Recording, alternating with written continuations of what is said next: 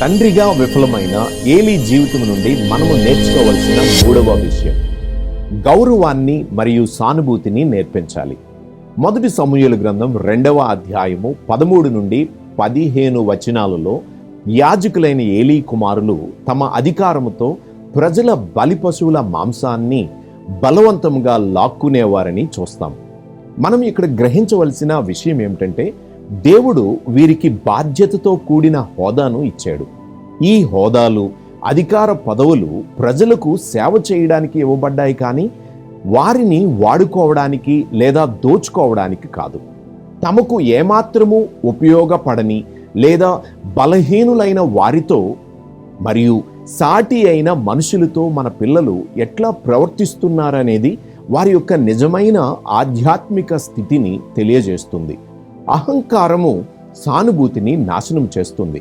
తమకున్న హోదా వల్ల తామే గొప్ప అనుకునేవారు ఇతరుల బాధను అర్థం చేసుకోలేరు.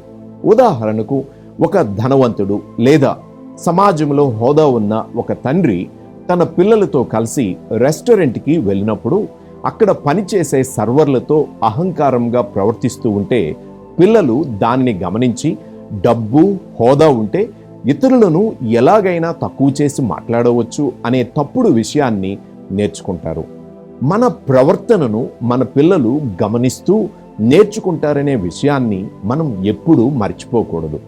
ఎఫెసీయులకు వ్రాసిన పత్రికలో 4వ అధ్యాయము 32వ వచనంలో దేవుని వాక్యము ఇలా చెబుతుంది: ఒకని ఎడల ఒకడు దయ కలిగి కరుణా హృదయులై క్రీస్తునందు దేవుడు మిమ్మును క్షమించిన ప్రకారము మీరును ఒకరినొకరు క్షమించుడి. ఇతరుల పట్ల నిజమైన దయ, సానుభూతి మరియు ప్రవర్తన నియమాలను మన పిల్లలకు ప్రతిరోజు మన జీవితం ద్వారా చూపిస్తూ నేర్పించాలి. పిల్లలు ఇతరులను గౌరవించేలా, దయతో మాట్లాడేలా పెంచాల్సినటువంటి బాధ్యతను తల్లిదండ్రులు తీసుకోవాలి.